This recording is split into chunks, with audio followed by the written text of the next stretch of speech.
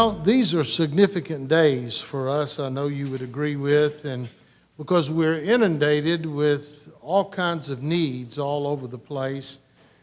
Some are more immediate and sudden, like the recent hurricane in Florida, while other needs that we face are more prolonged, like the opioid crisis that we hear a lot of the politicians talk about. And it's for real. Those of us who are up close and personal really realize that. And I was looking at a statistic, and I know Bobby McDowell, who's here tonight, says that 43.7% of all statistics are made up on the spot. You'll catch that in a second. But I read this, and it and it said that 142,000 people died in 2017 as the result in some way of drug and alcohol addiction.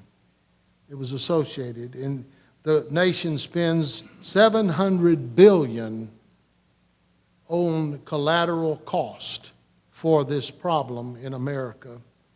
I would say this is not just their problem, this is all of our problem. And so we've taken it to heart. We're boots on the ground. We are people who are in the foxholes and in the trenches of battle.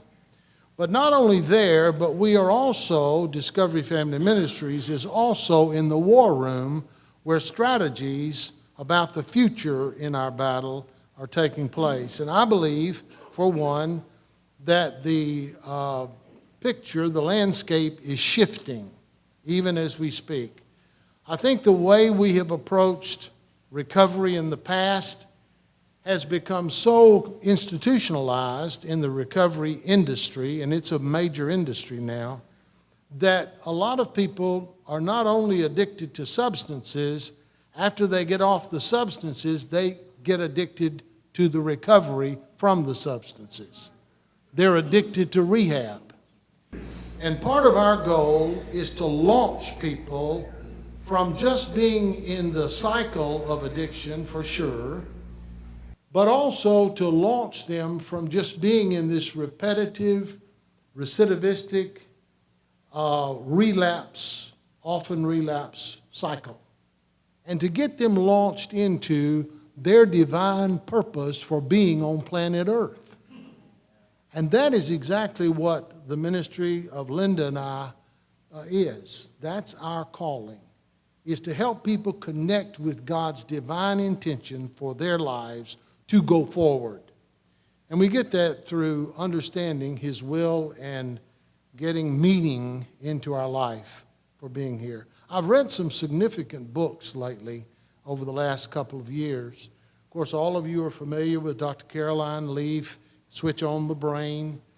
That was revolutionary from a neuroscientist who talked to us about how our choices consistently can actually change our brain structure. It's revolutionary. So we're not subject to what we've always done. We can actually make a choice and reverse the trend that's been in our lives generationally. Brilliant, insightful, a shift in where we've done things. Another person that I read after is Dr. Angela Duckworth.